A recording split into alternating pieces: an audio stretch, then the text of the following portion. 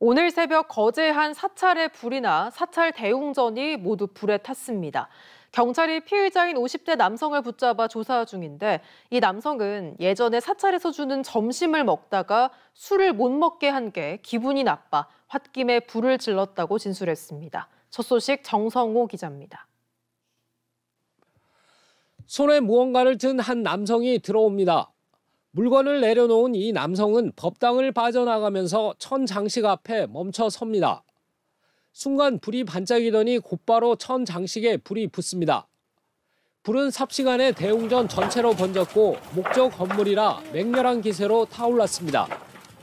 신고를 받고 출동한 소방대가 진화 작업을 벌여 3시간여 만에 불을 껐습니다.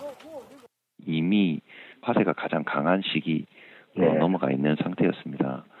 거주하는 인원들은 다 신원이 확인이 돼서 내부에는 인명피해는 없는 것으로 파악하고 화재가 난 대웅전은 완전히 무너져 내려 철거하고 있습니다. 시커멓게 탄 목재에서는 아직도 연기가 피어오릅니다. 한쪽에 나뒹구는 불전함과 잿더미 사이사이 드러난 단청을 봐야 사찰 건물임을 알 수 있습니다.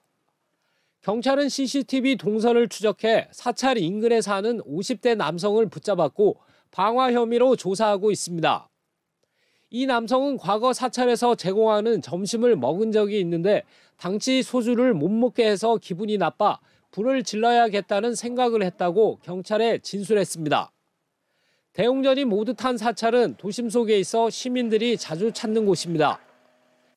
밤낮 없이 시민들이 와서 명상하고 또 참배하고 하는 그런 도량입니다. 소실되고 나니까 안타까운 마음.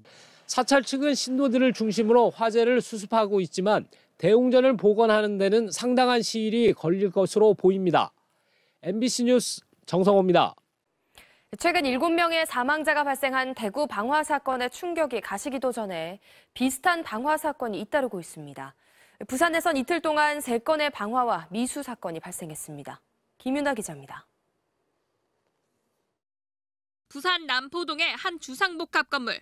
새벽 3시 10분쯤 한 남성이 2층 복도를 지나간 뒤 복도 끝에서 불길이 번집니다. 남성은 곧바로 엘리베이터를 타고 지하 1층으로 태연히 향합니다. 양손에는 신어 한 통과 흉기가 들려 있습니다. 지하 1층 내려 또 신어를 뿌리고 불을 질렀습니다. 불은 2층 창고와 지하 1층 콜라텍을 모두 태웠고 자다 놀란 주민 17명이 긴급 대피했습니다.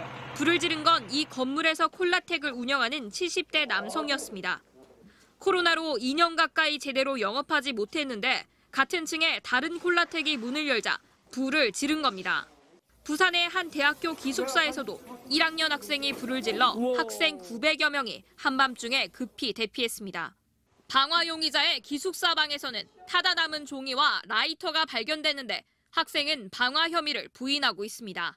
범칙금 5만 원을 부과받은 한 50대 남성이 파출소에 휘발유통과 라이터를 들고 들어와 불을 지르려다 검거됐습니다.